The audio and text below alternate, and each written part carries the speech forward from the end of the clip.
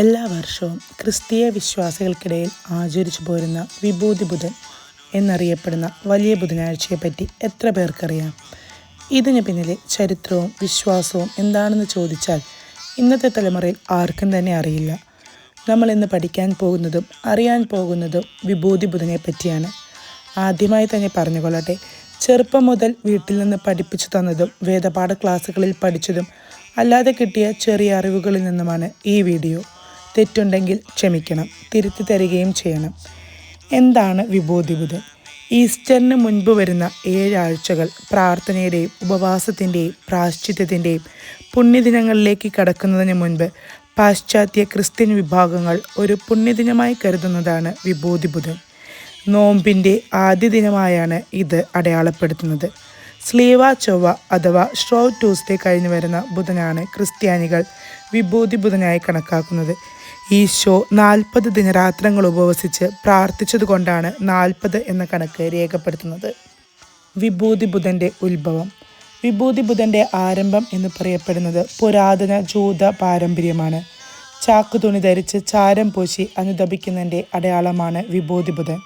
പിന്നീട് 10-11 നൂറ്റാണ്ടിൽ സഭയിൽ മരണത്തിൻ്റെയും പാപങ്ങൾക്ക് വേണ്ടിയുള്ള അനുതാപത്തിൻ്റെയും പ്രതീകമായി നെറ്റിയിൽ ചാരം പൂശുന്നതിൻ്റെ സാർവത്രിക രീതിയിലേക്ക് പരിണമിച്ചതാണ് വിഭൂതി ബുധൻ.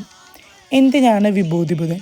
മരണമെന്ന യാഥാർത്ഥ്യത്തെ ഓർമ്മിപ്പിക്കുന്നതിനും പാപങ്ങളെക്കുറിച്ച് അനുദപിക്കുന്നതിനും ഈശോയുടെ കുരിശുമരണത്തെയും ഉദ്ധാനത്തെയും പറ്റി അനുസ്മരിക്കുന്നതിനും കൂടുതൽ പ്രാർത്ഥനയിലും ഉപവാസത്തിലൂടെയും ഈശോയിലേക്ക് അടുക്കുന്നതിനും വേണ്ടിയാണ് തിരുസഭ നമ്മെ വിഭൂതി ബുധനിലൂടെ ഓർമ്മപ്പെടുത്തുന്നത്. എല്ലാവരുടെ ഇടയിലുമുള്ള സംശയമാണ് ബൈബിളിൽ വിഭൂതി ബുധനെ പറ്റി രേഖപ്പെടുത്തിയിട്ടുണ്ടോ എന്നുള്ളത്. ബൈബിളിൽ പ്രധാനമായി രേഖപ്പെടുത്തിയിരിക്കുന്നതിൽ നിന്ന് ചിലത് ഇവിടെ ചേർക്കുന്നു.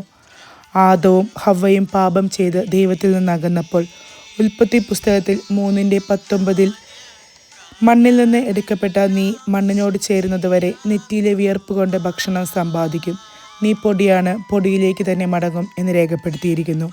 2 സാമുവേൽ 13:19 താമാർ തലയിൽ ചാരം വിതറിയെന്നും താൻ ധരിച്ചിരുന്ന നീണ്ട അങ്കി വലിച്ചു കീറി തലയിൽ കൈവച്ച് ഉറക്കി നിലവിളിച്ചു കൊണ്ടുപോയി എന്നും രേഖപ്പെടുത്തിയിരിക്കുന്നു. ജോബ് 42:6 ജോബിൻ്റെ നീതീകരണത്തിൽ ജോബ് ഇങ്ങനെ പറയുകയുണ്ടായി: പൊടിയിലും ചാരത്തിലും കിടന്ന് ഞാൻ പശ്ചാത്തപിക്കുന്നു. ജെറമിയ പ്രവാചകന്റെ 6:26 ജെറുസലേമിന് അനുദപിക്കാൻ താക്കീത് നൽകുന്ന ഭാഗത്ത് ചാക്കൊടുത്ത് ചാരത്തിൽ ഉരുളാൻ ഓർമ്മിപ്പിക്കുന്നുണ്ട്. ദാനിയേൽ പ്രവാചകന്റെ പുസ്തകത്തിലോട്ട് നോക്കുകയാണെങ്കിൽ 3:9 ഇങ്ങനെ പറയുന്നു: അപ്പോൾ ഞാൻ ചാക്കൊടുത്ത് ചാരം പൂശി ഉപവസിച്ച് ദൈവമായ കർത്താവിനോട് തീക്ഷ്ണമായി പ്രാർത്ഥിച്ചു. യോന നിനവേ നിവാസികളോട് 3-ാം അധ്യായത്തിൽ മാനസാന്തരപ്പെടാൻ പറയുമ്പോൾ നിനവേ നിവാസികളും രാജാവും ചാക്കൊടുത്ത് ചാരം പൂശി അനുദപിച്ച് ദൈവത്തോട് ഉച്ചത്തിൽ വിളിച്ചപേക്ഷിച്ചു എന്ന് രേഖപ്പെടുത്തിയിരിക്കുന്നു. മക്കബായരുടെ പുസ്തകത്തിലും സംഖ്യയുടെ പുസ്തകത്തിലും എസ്തേറിൻ്റെ പുസ്തകത്തിലും ചാക്കൊടുത്ത് ചാരം പൂശുന്നതിനെ പറ്റി രേഖപ്പെടുത്തിയിട്ടുണ്ട്. ഇനി പുതിയ നിയമത്തിലോട്ട് വരികയാണെങ്കിൽ മത്തായിയുടെ 11:21 ലൂക്ക 10:13 അനുദപിക്കാത്ത നഗരങ്ങളിൽ ചാക്കൊടുത്ത് ചാരം പൂശി അനുദപിക്കുന്ന ടയറിനെയും സീദോനെയും രേഖപ്പെടുത്തിയിരിക്കുന്നു. വിഭൂതി ബുധൻ ആചരിക്കുന്ന വർഷത്തിന് തൊട്ടു മുൻപുള്ള വർഷത്തെ ഓശാന ഞായറാഴ്ച പ്രദക്ഷിണത്തിന് ഉപയോഗിച്ച കുരുത്തോലകൾ അഥവാ ഈന്തപ്പനകളുടെ ഉണങ്ങിയ ഇലകൾ കത്തിച്ച് ചാരമാക്കിയാണ് വിഭൂതി ബുധനാഴ്ച കുരിശ് വരയ്ക്കുന്നത്. ദിവ്യബലി മധ്യേ വൈദികൻ ഈ ചാരം ആശീർവദിച്ച് വിശ്വാസികളുടെ വൈദികന്റെ ശിരസിലും മനുഷ്യ നീ പൊടിയാകുന്നു, പൊടിയിലേക്ക് തന്നെ മടങ്ങുകയും ചെയ്യുന്നു എന്ന പ്രാർത്ഥന ഉരുവിട്ട് കുരിശ് വരയ്ക്കുന്നു.